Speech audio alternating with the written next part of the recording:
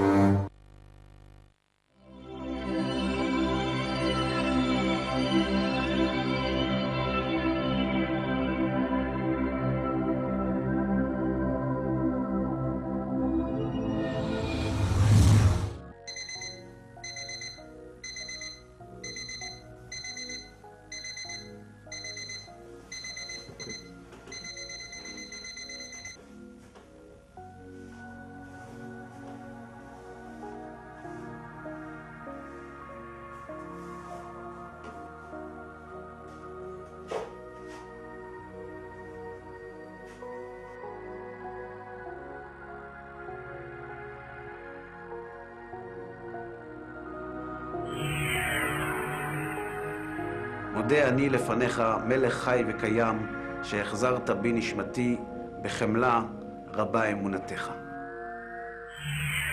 En 1990, la Academia Americana de Neurología proclamó el comienzo de la década del cerebro. A su fin, ellos esperaban, sabríamos cómo este funciona.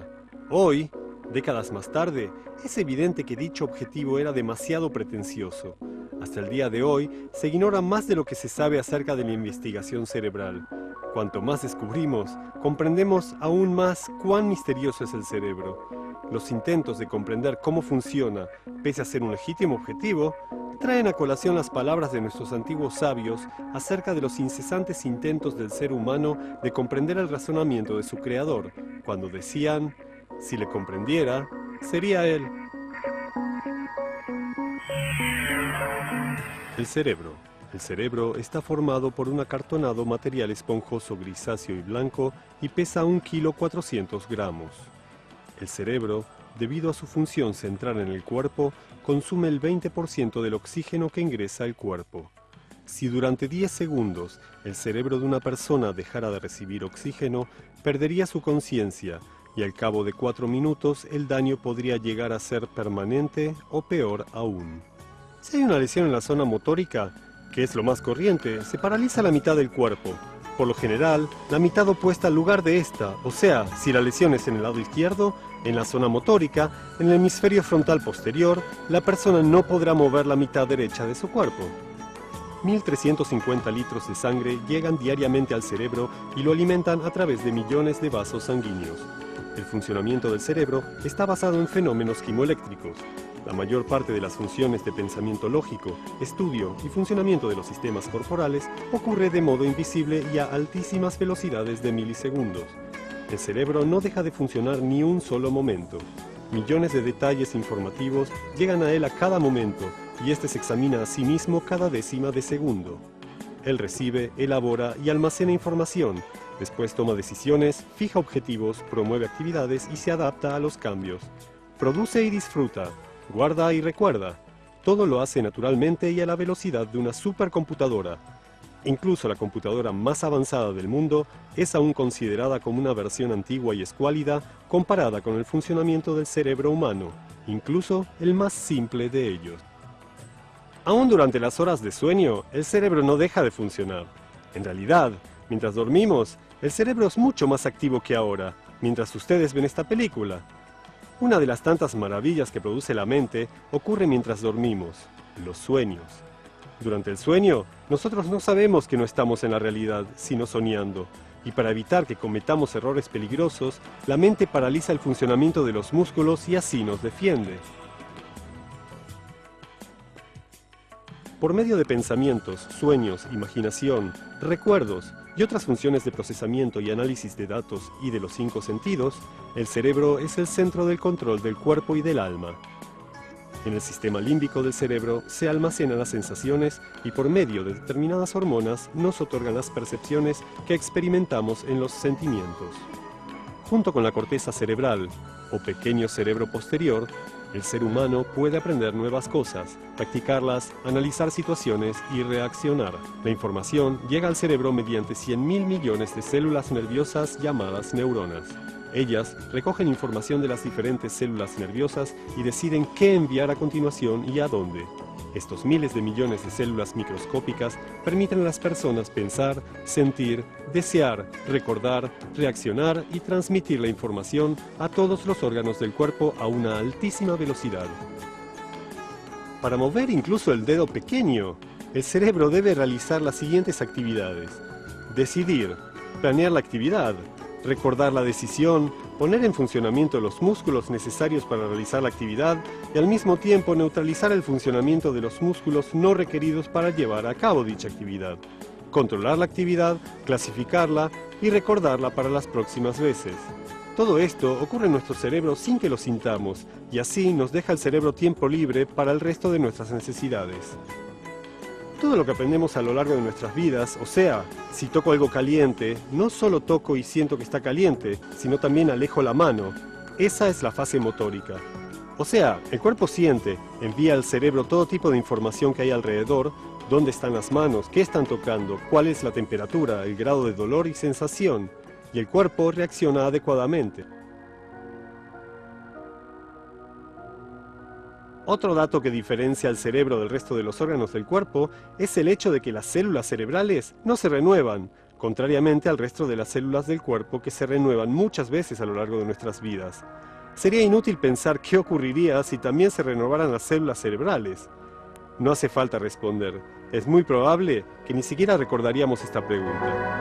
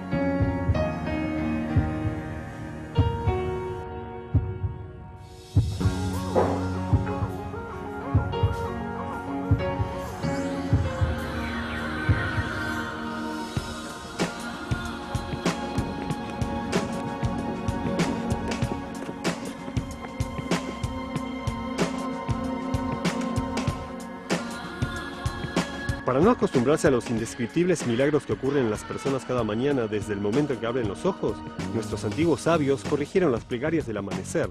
Si te levantas de la cama y logras ponerte de pie, ¿por qué no decir: bendito seas Dios, Rey del universo que nos permites enderezarnos? Puedes abrir los ojos, puedes ver. ¿Por qué no decir: bendito seas Dios, Rey del universo que das luz a los ciegos? Las plegarias y las bendiciones fueron creadas para hacer recordar al ser humano sorprenderse nuevamente cada día del fantástico funcionamiento del cuerpo humano. El corazón es una bomba que funciona desde la 5ª semana de la formación del feto hasta la vejez. Esta bomba pesa unos 300 gramos y su tamaño en un adulto no es mayor que el de una naranja grande. La sangre sale del corazón en camino hacia el resto de los órganos del cuerpo para repartir el oxígeno fresco necesario para su existencia.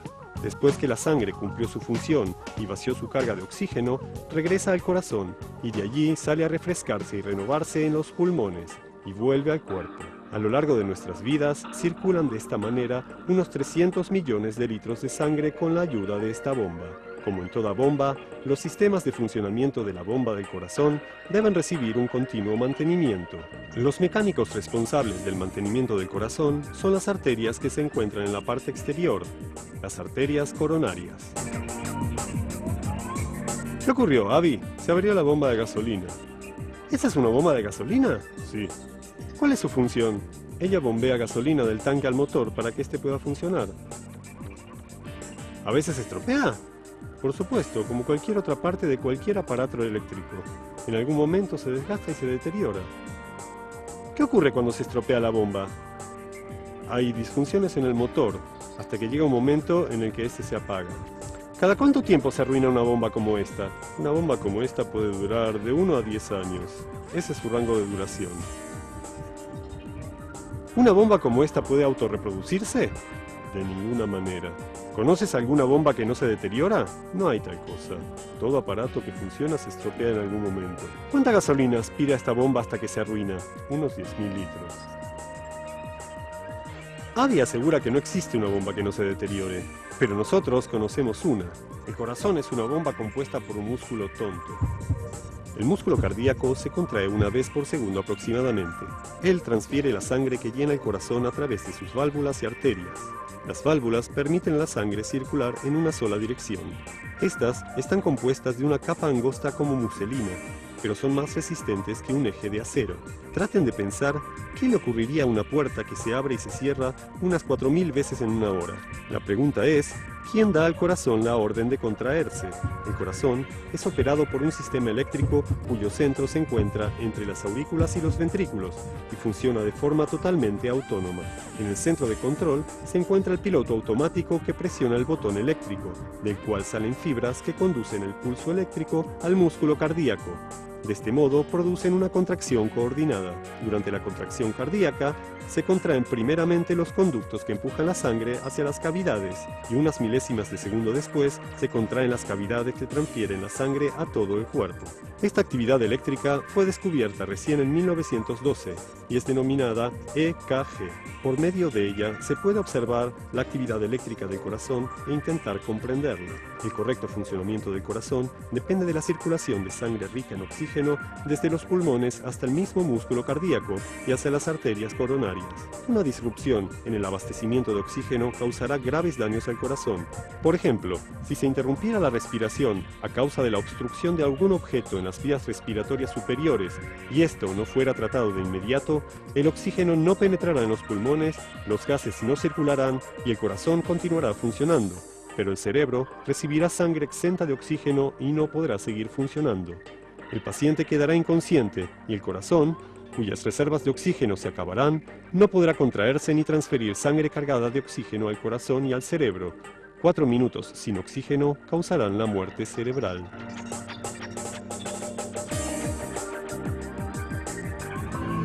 Esta bomba absorberá entre 10.000 y 20.000 litros antes de averiarse.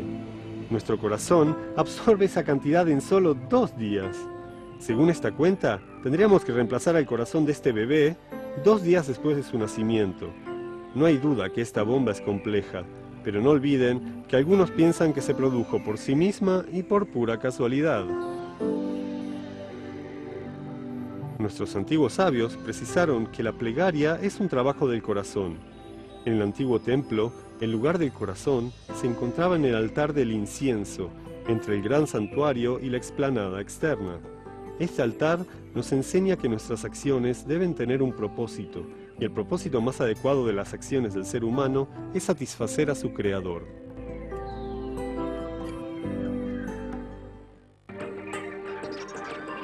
La llave para el restablecimiento de las enfermedades cardíacas se encuentra en manos del mismo paciente.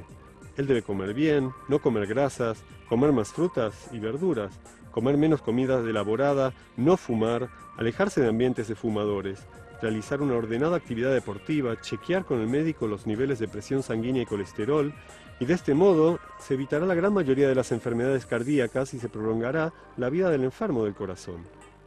Si una persona llegara a una situación de sufrir una enfermedad coronaria, debe ir al hospital, pero es mejor ser inteligente que vivo. Es mejor no llegar ahí. Por eso el principal mensaje para los espectadores en las casas es, ante todo, cuidarse.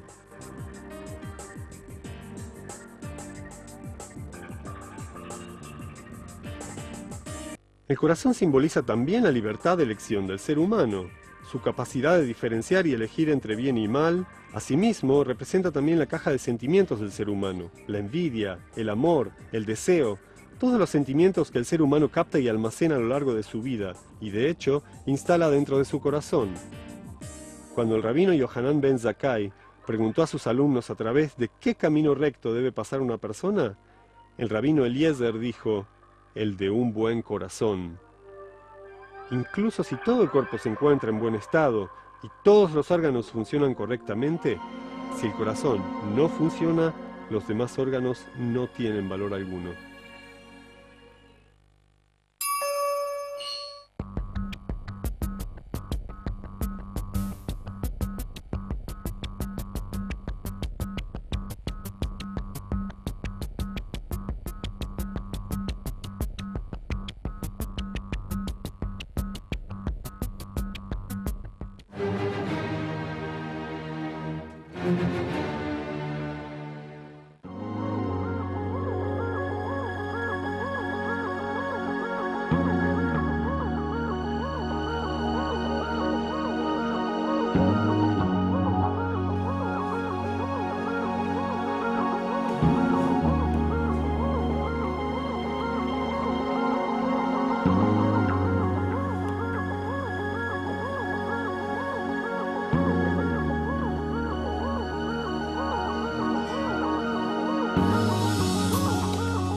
Bendito seas tú, nuestro Dios, Rey del universo, que nos alimentas a nosotros y a todo el mundo con tu bondad y con tu gracia, con benevolencia y gran piedad. Proporcionas el pan a todas las criaturas, porque tu merced es eterna. Porque Él alimenta y mantiene a todos. Él proporciona alimento y sustento para todas las criaturas a las que ha creado. Como está dicho, abres tu mano y colmas de satisfacción a todo ser viviente. Bendito tú, Dios, que alimentas a todos.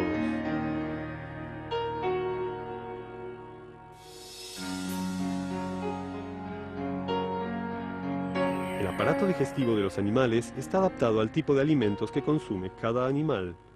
El sistema digestivo del ser humano es único en su género y el más sofisticado entre todos los animales, ya que consume la mayor variedad de alimentos. De cada grupo alimenticio necesita otro alimento que le ayudará a digerirlo. Durante la comida es difícil encontrar diferencias entre el comer de una persona y el de un animal. La diferencia es que la persona puede agradecer por el alimento que consume.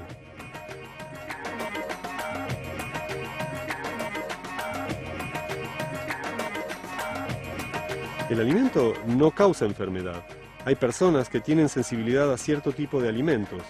En nuestro país, por ejemplo, es común la sensibilidad a la leche o al azúcar de la leche, denominada lactosa, la cual aparece aproximadamente en el 80% de la población árabe y judía. Los sabios de Israel nos señalan el proceso digestivo para aprender, ni más ni menos, el secreto de una vida exitosa. La capacidad de extraer el alimento de casi todo objeto, o sea lo principal, y arrojar los desperdicios, o sea lo secundario, es el secreto del éxito en la vida de una persona. Cuando el rabino Yossi quería enseñar a sus alumnos quién es el verdadero rico, solía decir: es rica la persona cuya silla se encuentra próxima a la mesa. Más de 6 metros de órganos se encargan de transformar los alimentos en componentes químicos que son absorbidos por la sangre y transferidos a todas las células del cuerpo para su crecimiento y mantenimiento. Los alimentos que consumimos contienen carbohidratos, proteínas, grasas, minerales y vitaminas, y el aparato digestivo tiene la fantástica capacidad de escoger lo mejor de cada alimento y expeler lo malo y lo dañino para el cuerpo. Este descompone los alimentos y extrae de ellos los componentes básicos como calcio, fósforo, hierro, yodo, cobre y demás minerales. Los elementos nocivos son extraídos y expulsados del cuerpo por los conductos urinarios y por el anal. Nosotros producimos diariamente cerca de medio litro de saliva, la cual comienza el proceso de descomposición de los alimentos. En la saliva hay enzimas, las cuales, junto con los dientes, comienzan la descomposición de la comida moliéndola. La lengua empuja la masa inicial a la faringe en un maravilloso movimiento. Una válvula especial impide el ingreso de alimentos a las vías respiratorias adyacentes. De allí, circulan los alimentos a través de conductos en un breve paseo de 5 segundos hacia el estómago, el cual digiere los alimentos por medio de soluciones y ácidos.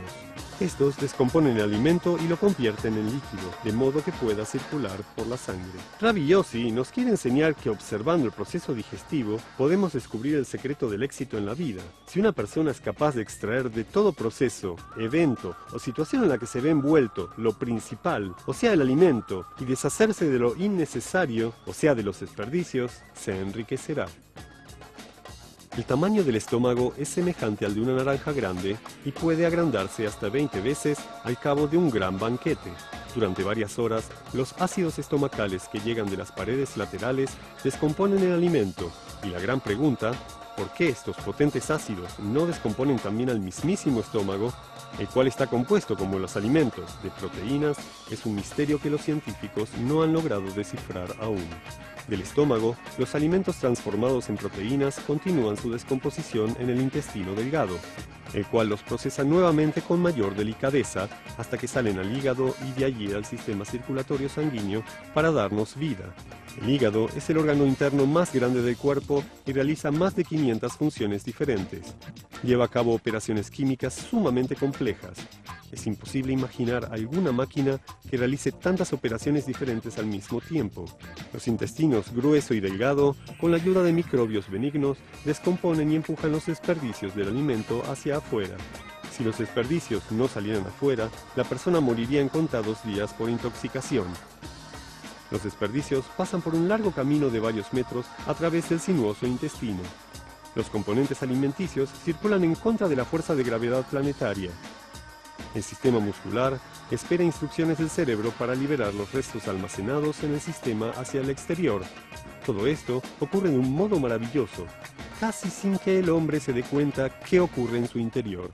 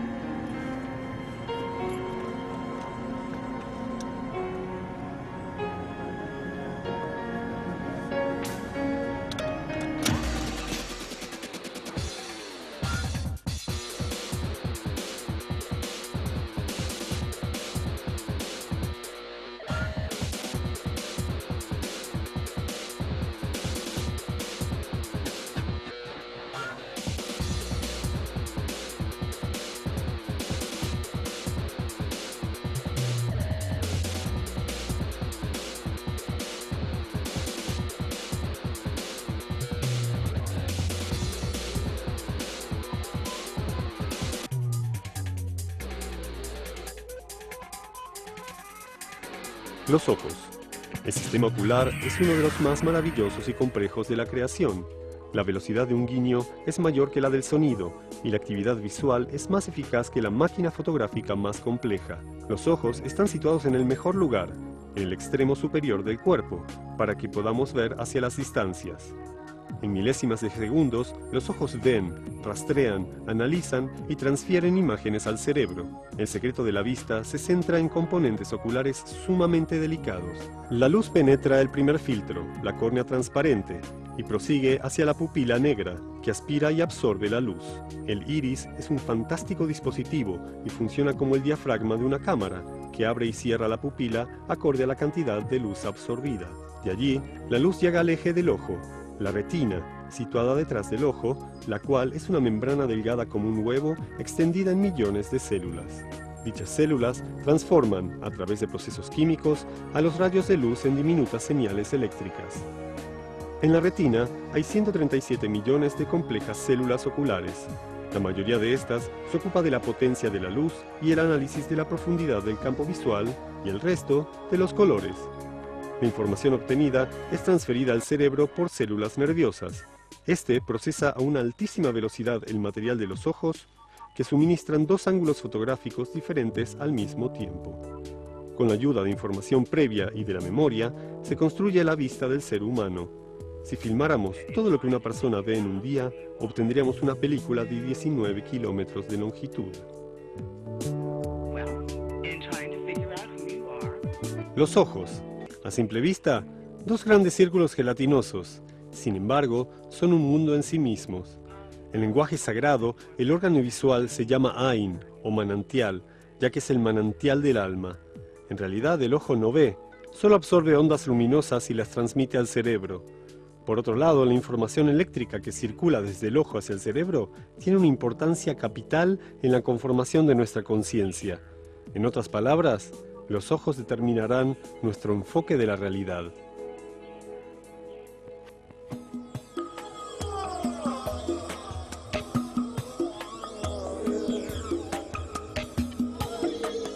La luz que penetra en el ojo, aquí vemos la pequeña pupila, viene de esta manera, o sea, puede venir de arriba, penetrará en el ojo y chocará con la parte inferior de la retina, o venir de abajo y chocar con la parte superior, pero así la imagen sale invertida.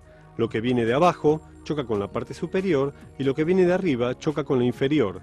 Al llegar a las fibras cerebrales, la imagen se invierte nuevamente, sin que nosotros sepamos que hay aquí una acción de doble inversión.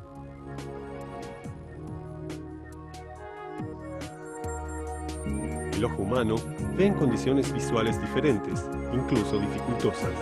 Por ejemplo, por la noche, vemos como el búho. La vista del felino es 4 veces más aguzada que la del ser humano por la noche, pero durante el día vemos 5 veces mejor que ellos. Debido a que la vista da forma a nuestro enfoque de la realidad, los sabios de Israel enfatizan la gran importancia y la potencia de la vista y de la prudencia que se requiere de sus usuarios, al decir: el ojo ve y el corazón anhela.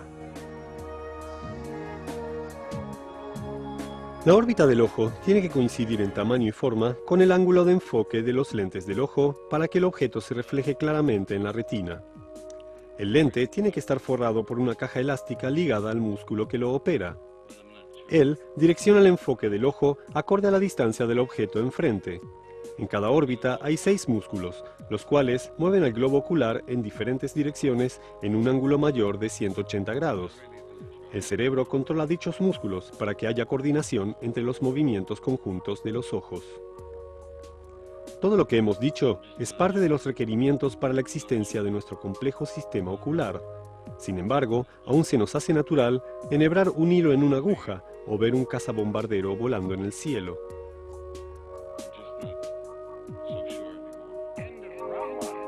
El ojo es un órgano en el que puedes ver la enfermedad. Tú observas el interior del ojo y ves el reflejo de lo que ocurre en otras partes del cuerpo. Cuando observo dentro del ojo, en el fondo veo los vasos sanguíneos. Estos son similares a los vasos sanguíneos que se encuentran en cualquier otro lugar. Cuando una persona sufre de hipertensión, podemos observar cambios en los vasos oculares y deduciremos qué ocurre en otros órganos. Lo más sorprendente en la potencia de la vista es que el cerebro humano puede traducir los rayos de luz que penetran los ojos, dibujar dentro del cerebro una vela y luz, a pesar de estar el cerebro sumido en la oscuridad sin ver nunca la luz.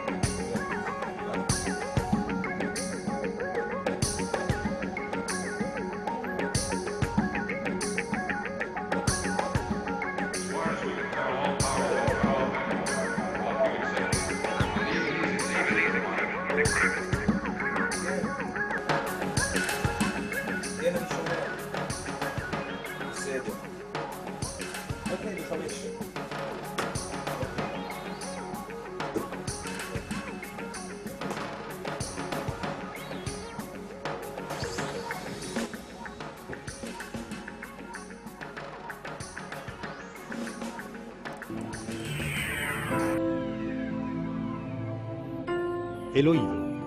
Por medio del sentido del oído que se encuentra en la oreja, el ser humano distingue entre las voces. Él es capaz de diferenciar miles de sonidos. La voz se mueve en ondas oscilantes en el aire. Cuanto mayor sea el sonido, serán mayores sus oscilaciones por segundo. En comparación con el perro, el hombre es casi sordo. Un perro puede captar un pequeño susurro a distancias kilométricas e identificar la fuente del sonido con exactitud. Este y otros animales fueron creados con esta capacidad para compensar su imperfecto sentido de la vista y poder sobrevivir en su hábitat.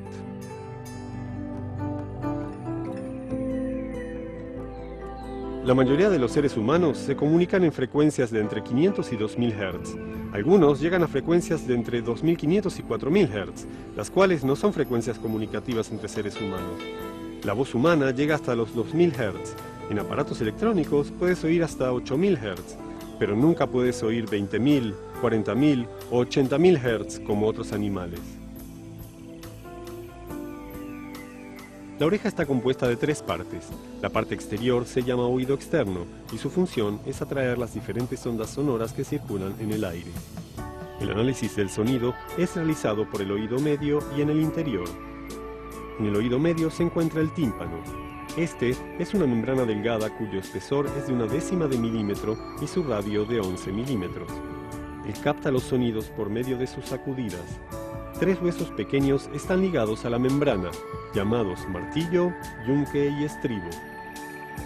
Estos huesos reciben las sacudidas del tímpano y las transfieren al oído interno. Allí, las sacudidas aéreas se transforman en sacudidas líquidas. Además, en el oído hay una trompa que se extiende hacia la boca y la nariz, cuya función es equilibrar la presión ambiental e igualarla a la del oído medio. Al ingerir, se abre el conducto inferior de la trompa y puede penetrar aire por él para igualar las presiones, por lo cual es necesario ingerir o bostezar al estar en un avión que despega o aterriza. En el extremo interior del oído se encuentra el laberinto membranoso, 3 conductos y un caracol. El caracol es un conducto curvo de 30 milímetros de longitud, dividido en cavidades parcialmente cubiertas por un líquido. En una de las cavidades, las sacudidas son transferidas al líquido y en el extremo del caracol, las ondas sonoras mueven una membrana que a su vez mueve unos pequeños pelillos sensibles parecidos a cuerdas de piano.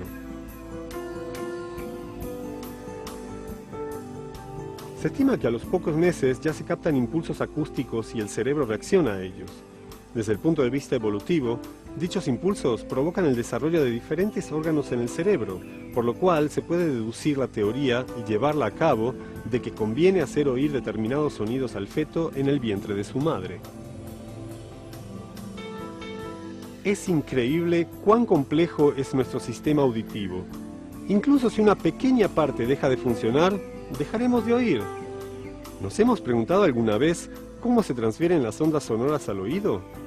La electricidad, por ejemplo, circula a través de cables. A diferencia de ello, el conductor del sonido es el aire. Sin aire, sin el elemento conductor, incluso si gritáramos, nadie nos escucharía. Ultrasonido son ondas sonoras en una frecuencia mayor de la que puede oír el ser humano, pero por medio de instrumentos adecuados, podemos oír también estas frecuencias.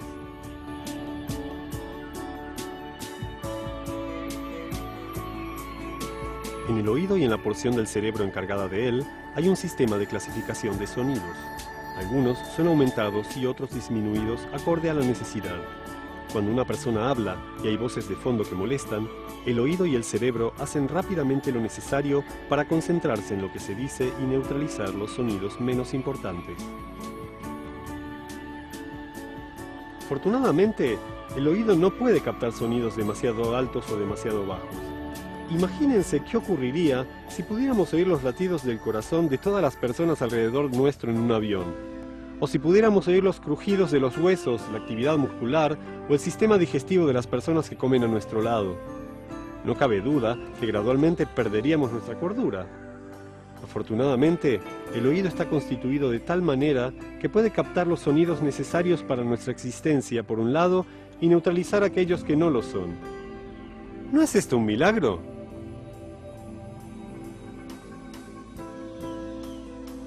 La oreja Además de ser el maravilloso instrumento auditivo, también equilibra el cuerpo, y de aquí la procedencia de su nombre hebreo, ozen, cuya raíz es equilibrio.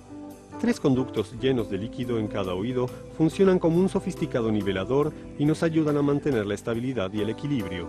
Al voltear la cabeza, el líquido se mueve, estimula los nervios y direcciona al cerebro en 3 dimensiones para equilibrar el cuerpo. Sin este sistema, el ser humano no podría realizar incluso una simple actividad como caminar. Sacudidas continuas, como en un viaje en automóvil o en navegación marítima, altera el funcionamiento de los nervios encargados del equilibrio, por lo cual las personas sufren mareos y arcadas. El cuerpo pide al ser humano que apoye su cabeza y no se mueva a pesar del movimiento a su alrededor. Una de las funciones del oído es equilibrar al ser humano. Y si hemos dicho que el oído es el instrumento de la sabiduría, la función de la sabiduría es producir los equilibrios correctos en la vida de una persona, entre lo importante y lo desechable.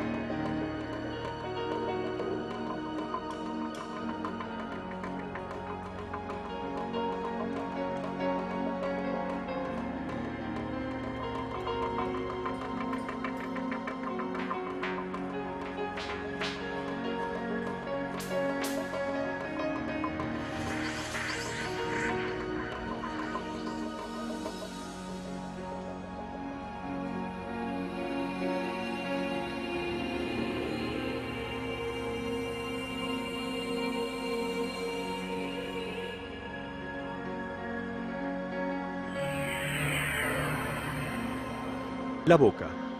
Los órganos de la boca son responsables de funciones sumamente importantes en nuestra vida. La masticación de los alimentos y su procesamiento primario, la articulación del habla y la producción de la voz.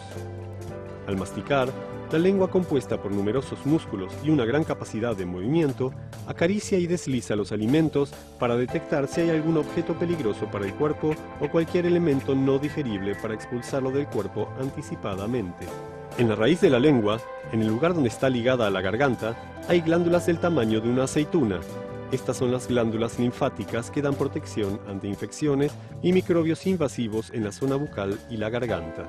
En la boca hay unas 10.000 papilas gustativas ubicadas en la lengua. Los sabores dulce y salado se encuentran en la parte anterior, el agrio en los costados y en el extremo posterior el amargo y el picante. Debido a que las papilas se encuentran en zonas diferentes y no adyacentes una de la otra, podemos disfrutar de los alimentos que comemos, pese a no estar relacionado esto con el suministro de energía al cuerpo.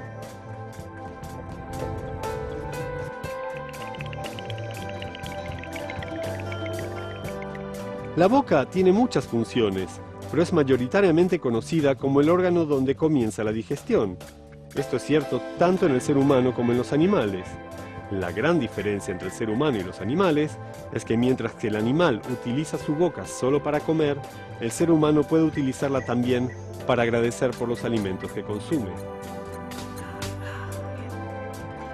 El ser humano tiene 32 dientes, 16 arriba y 16 abajo. Los dientes están direccionados uno frente a otro para aumentar la capacidad de corte. El material interno del diente se llama dental. Es un tejido vivo conectado al nervio. Si dicho material fuera inerte y no estuviera conectado al nervio, el diente no perduraría ni soportaría el peso de su función.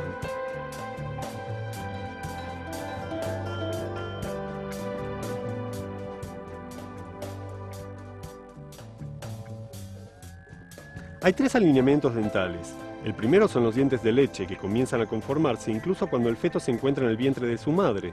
El segundo comienza a formarse a la edad de 6 años y estará combinado con el primer alineamiento. Definimos a los primeros dientes como dientes de leche, y los dientes fijos son los que nos acompañarán hasta el fin de nuestras vidas. El tercer alineamiento, lamentablemente algunas personas lo llevan, son los dientes postizos que vemos en las generaciones más adultas luego de haber perdido los propios. El sistema de masticación humano funciona como un sofisticado procesador de alimentos. La presión que ejercen las mandíbulas puede llegar a un peso de 75 kilogramos, una enorme presión que en casos extremos puede llegar a cortar un dedo. Los dientes cortantes y los colmillos están compuestos por el material más duro del cuerpo, llamado enamel. El habla está compuesta por la combinación de varios órganos que se unen para producir una palabra. El proceso verbal comienza en el cerebro, allí se producen las palabras y también son traducidas a pulsos nerviosos que ponen en funcionamiento al sistema muscular.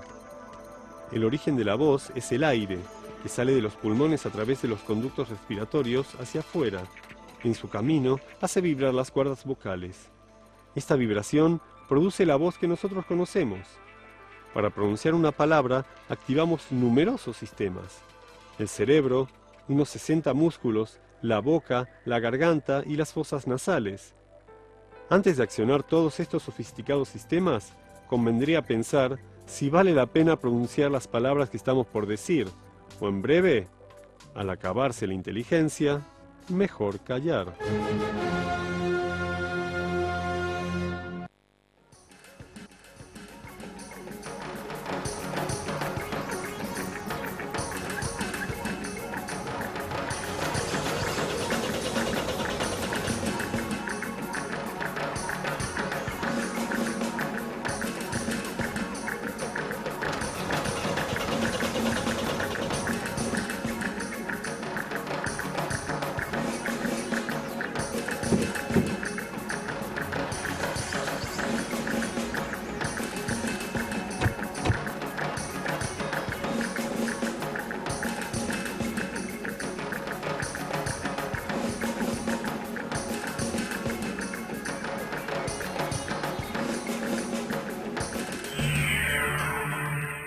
Los músculos y los huesos. En casi todos los órganos de nuestro cuerpo hay músculos que ayudan a realizar los movimientos, de los más simples a los más complejos. El sistema muscular realiza todos los movimientos automática y naturalmente.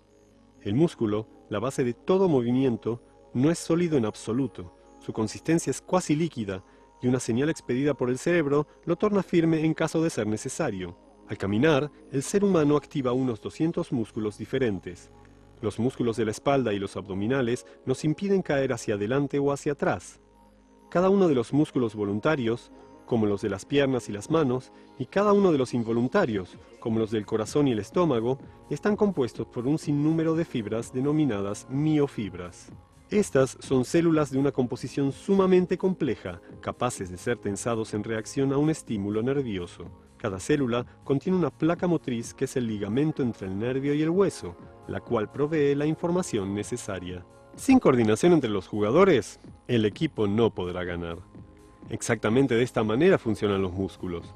Para poder caminar, se activan simultáneamente unos 200 músculos. Estos tienen que estar coordinados. Para hablar, activamos simultáneamente unos 70 músculos. Si los músculos no funcionan coordinadamente, el ser humano no podría siquiera dar un paso ni pronunciar una palabra. En un transporte, la energía que el motor necesita se produce por la combustión de gasolina, la cual mueve los pistones que hacen rodar los engranajes del motor y los ejes. En nuestros músculos hay un maravilloso material compuesto por dos proteínas principales y ácidos fosfóricos especiales. Cuando el material es transferido al músculo, funciona como la gasolina en el motor. La energía producida es tan eficaz que los músculos pueden moverse a altísima velocidad en todo momento y salvarnos así en caso de peligro. Cuando realizamos actividades delicadas y precisas, como una cirugía o pintura, y en actividades que requieren un prolongado esfuerzo físico, como correr o levantar objetos pesados, el control cerebral sobre las actividades musculares es continuo y complejo, emite los elementos necesarios a tiempo y asegura un máximo provecho de la energía. Entre los músculos hay un fantástico sistema de tendones, los cuales están ligados entre sí y otorgan a los órganos la elasticidad necesaria. Nuestros 206 huesos están compuestos por un maravilloso y perfecto material que por un lado es sumamente sólido y por el otro muy liviano. Nuestros huesos son lo suficientemente resistentes como para soportar un peso 20 veces mayor al del propio cuerpo y proteger nuestros órganos internos. Asimismo, son lo suficientemente livianos y elásticos como para moverse y sufrir fuertes golpes y contusiones. Los huesos están unidos entre sí por las articulaciones, un sistema hidráulico que permite al ser humano realizar una enorme variedad de acciones. En el centro de cada hueso está la médula ósea, compuesta por unos 120 millones de glóbulos rojos cargados de oxígeno y 7 millones de glóbulos blancos que lo defienden de agresores que se reproducen minuto a minuto. Este es el mundo de microorganismos que llevamos dentro de nosotros. O sea, exceptuando los órganos, el cerebro y las células, se estima que el total de células en nuestro cuerpo es de aproximadamente 20 trillones. Hay algo más que vive dentro de nosotros y fija nuestro destino, el cual es oculto y se denomina el mundo de microorganismos, y su número es muchísimo más alto que el de las células en nuestro cuerpo. Este mundo de microorganismos está compuesto de microbios y hongos. Dicen que sonreír es gratis. Aparentemente tampoco es difícil.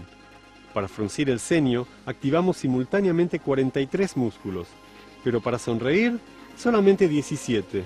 ¿Por qué no sonreír? Las células continúan fijando nuevas capas óseas, mientras que otras células quitan capas viejas. Así es que crecen los huesos desde la infancia hasta la adolescencia. El material del que están compuestos los huesos es tan fuerte y singular que no se desintegra incluso después de cientos de años bajo tierra. Esta verdad es férrea como un hueso. Sin la estructura ósea, el cuerpo humano no podría erguirse y el ser humano se desplomaría. Los huesos nos enseñan la importancia de la base de cada actividad del ser humano en su vida. La verdad, según la Torá de Israel, es la base de la existencia del ser humano. Lo único que puede corromper al hueso, según nos enseñan nuestros antiguos sabios, es la envidia. La envidia pudrirá los huesos. Si no envidiamos, podemos mantener nuestra estatura espiritual y erguirnos en este mundo y en el más allá.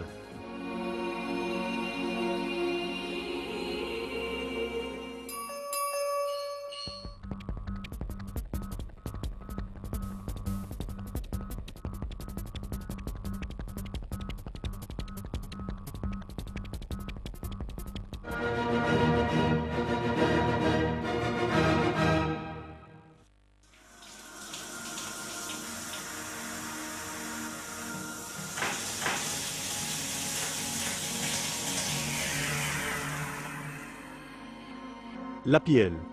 La piel humana es la cobertura exterior del cuerpo que cubre la carne y los músculos. Nuestra piel tiene varias características maravillosas y únicas en su género que no poseen otros tejidos. La piel regula la temperatura del cuerpo por medio de las glándulas sudoríparas. Ella enfría el cuerpo en altas temperaturas y asimismo aísla el cuerpo y lo protege del frío. Nuestra piel es sensible a la estimulación y a la presión, y sumamente elástica, lo cual permite el movimiento de los músculos y la rotación de los órganos. La piel crece junto con los órganos y se reproduce creando velozmente nuevas células epidérmicas, como después de un corte o una herida. Para defender al ser humano de los daños naturales que ocurren a cada momento, este necesita una piel que cubra cada milímetro de su cuerpo. Los antiguos sabios nos enseñan que también para defender al ser humano espiritualmente de las alimañas que lo rodean, este necesita un traje protector, cosida con las buenas acciones del hombre y con las mitzvot que cumple. Nuestra piel está llena de millones de diminutos poros y perforaciones que permiten que penetre el aire y salga la transpiración. Sin embargo, está lo suficientemente obstruida como para impedir la entrada de partículas indeseables a través de ella. La piel produce también un material especial que ayuda a eliminar microbios y viruses que intentan penetrar al cuerpo y cumple la función de traje protector de nuestro cuerpo. Asimismo, en las glándulas de la piel hay otro material fantástico, los tromboplastos, cuya función es coagular la sangre en caso de accidente. Estos tapan la herida y detienen el flujo de la sangre para que no salga de nuestro cuerpo en caso de urgencia, sin interferir con la labor de las asas capilares dentro de la piel, mientras ésta esté sana. La piel contiene pigmentos. Cuanto más numerosos son, más oscuro es el color de la piel.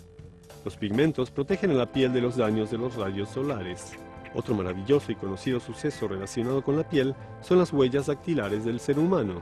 La curvácea huella, como un sello, es única y diferente en cada ser humano. No hay, no hubo y no habrá huellas dactilares iguales de dos seres humanos diferentes, desde la creación hasta el día de hoy. miles de millones de combinaciones diferentes en miles de años desde la creación del mundo que no se han repetido es un milagro inconcebible. De esta manera, se puede identificar cualquier persona en todo el mundo y diferenciarla de su prójimo inequivocadamente, lo cual no solo ayuda a encontrar delincuentes, sino que contribuye sobremanera a la medicina en la identificación de enfermedades y en diferentes fenómenos. Nuestra piel cumple la importante función de palpar e identificar objetos sin necesidad de verlos, y una gran capacidad de sentir diferencias de temperaturas en los objetos que toca.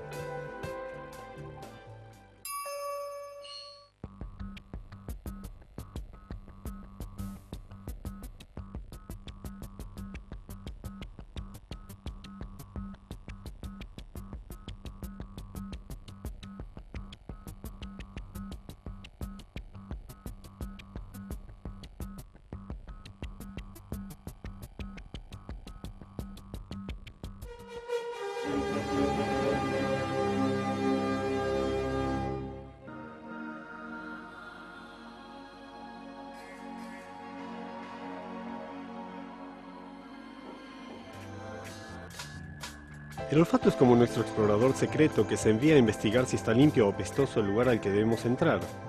¿La comida que queremos comer está fresca o putrefacta?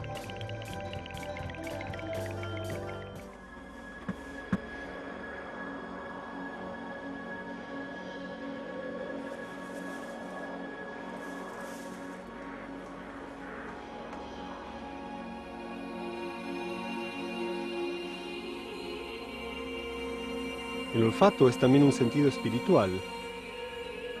Si aún están aquí conmigo, sin duda alguna, ustedes respiran.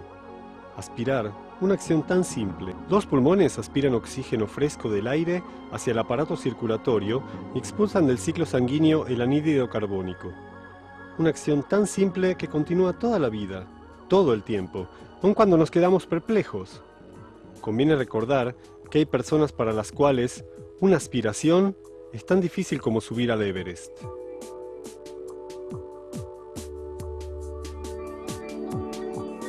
El sistema respiratorio es singularmente maravilloso. Nosotros respiramos unas 20.000 veces por día. Cada vez que aspiramos, introducimos unos 400 gramos de aire al cuerpo.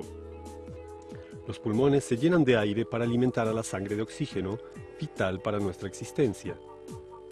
El aire es aspirado por los orificios nasales y por la boca, pasa por la garganta y los conductos respiratorios hacia los pulmones. En nuestros dos pulmones, los bronquios dividen el aire en células más y más pequeñas que filtran los químicos, el humo y el polvo que ingresaron durante la respiración, hasta que finalmente el aire es descompuesto y llega a los alvéolos en el pulmón y de allí al ciclo sanguíneo. Tenemos más de 300 millones de alvéolos en los pulmones en un área menor a la de un tercio de un campo de baloncesto. En menos de un segundo salen las moléculas de aire del pulmón e ingresan en la sangre. En la exhalación, el aire sale afuera del mismo modo en que ingresó.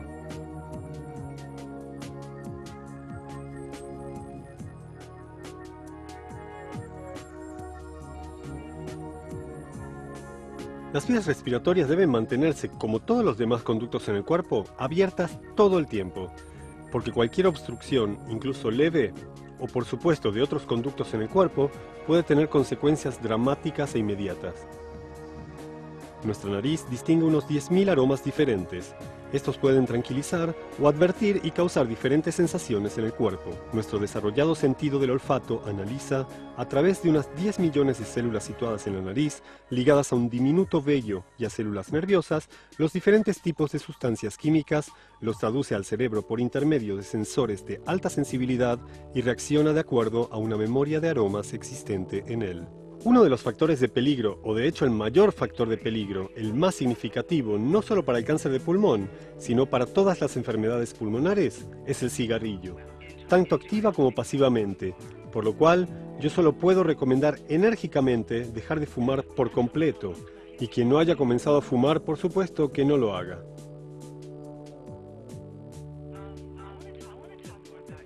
¿Intentaron alguna vez respirar por medio de una pajilla? Intentémoslo.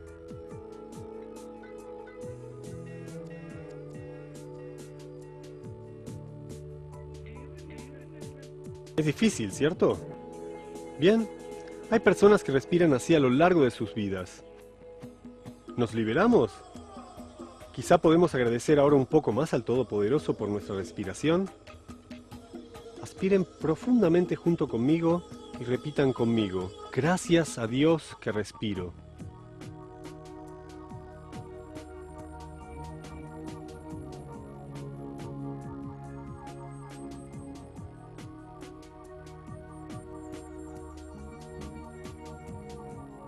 Toda esta maravillosa y compleja actividad se lleva a cabo en nuestro cuerpo durante el día sin que le prestemos atención alguna. ¿Es posible que una actividad tan ordenada y compleja ocurre de por sí y por mera casualidad? ¿Es posible que una persona se acueste a dormir y al despertar encuentre la mesa preparada, su ropa ordenada y crea que esto ocurrió porque sí? ¿Nos ha ocurrido alguna vez que desarmamos un motor y luego se reconstruyó solo? ¿Es posible que la novena sinfonía de Beethoven, la cual es mucho más simple que el funcionamiento del cuerpo, se compuso sola o por un ratón que paseaba entre las teclas de un piano? Por supuesto que no.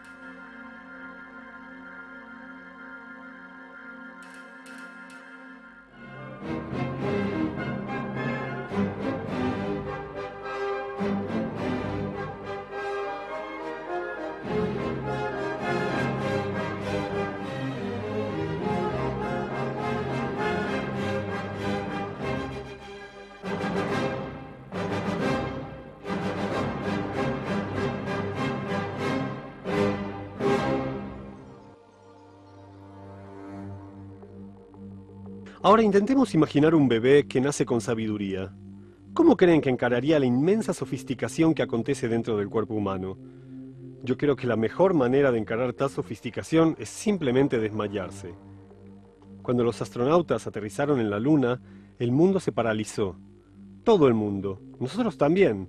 Acompañamos a los astronautas desde el momento en que alunizaron hasta el momento en que regresaron sanos y salvos a la Tierra. Día a día acontecen en nuestro cuerpo operaciones de coordinación mucho más sofisticadas que el alunizaje. ¿Por qué piensan ustedes que no nos emocionamos ni nos sorprendemos al observar este magnífico milagro?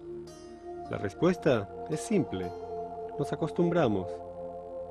A lo largo de la película descubrimos en el cuerpo humano una inmensa sofisticación, armonía, perfección, planeamiento, orden. Orden y planeamiento manifiestan que hay alguien que ordena y planea. La observación de la naturaleza, dicen los antiguos sabios de Israel, lleva al ser humano a reconocer al planeador y a amarlo. Así escribe Rambam en Yelhot Yesodei Torah, segundo capítulo: adorar este honorable y temerario rey. Como dice en la Biblia, amarás a Hashem, tu Dios. ¿Y cuál es el modo de amarle? Cuando una persona observa la actividad de Dios y su excepcional creación, podrá ver la infinita sabiduría de Dios. Él inmediatamente amará a Dios y lo glorificará, y deseará conocer al gran Creador. Como dijo David, mi alma anhela más al Creador que a los seres vivientes. Los antiguos sabios de Israel nos enseñan que cuando el hombre observa la creación en la naturaleza, él puede llegar a reconocer al Creador y a amarlo, para lo cual hay una razón lógica. Todo artista, sastre, carpintero, zapatero, toma materia prima y le estampa su pensamiento. El zapatero toma el cuero y la goma y produce un zapato. El carpintero toma la madera y produce de ella una mesa. Mientras esa mesa siga existiendo, el pensamiento del carpintero existe. Mientras el zapato exista, existe también el pensamiento del zapatero. El Todopoderoso crea el mundo de la nada y estampa su pensamiento en la creación y en la naturaleza. Cuando el hombre observa la naturaleza, se cohesiona con ella. De hecho, se une al pensamiento del labrador, el pensamiento de la creación, con el Todopoderoso. Cuando el hombre se ocupa de la naturaleza y la observa, como dijo Job, de mi carne he de ver a Dios. Y se desconecta del ambiente, del pensamiento humano, de las huellas digitales del ser humano y se concentra en el pensamiento del Creador, por lo cual escribe Rambam que cuando el hombre observa la creación, se concentra en ella, puede llegar al reconocimiento de Dios y también a amarlo.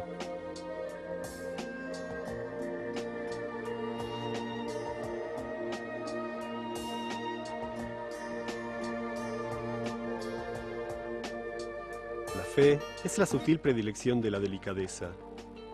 Si el hombre es consciente y ésta goza de silencio, si está libre del hambre de lujuria, y sus ojos se asombran de la espectacular escena del cielo en las alturas y de las profundidades de la tierra, él se calma y se conmueve, ya que el mundo se le presenta como una adivinanza inexplicable, irrevelable y maravillosa.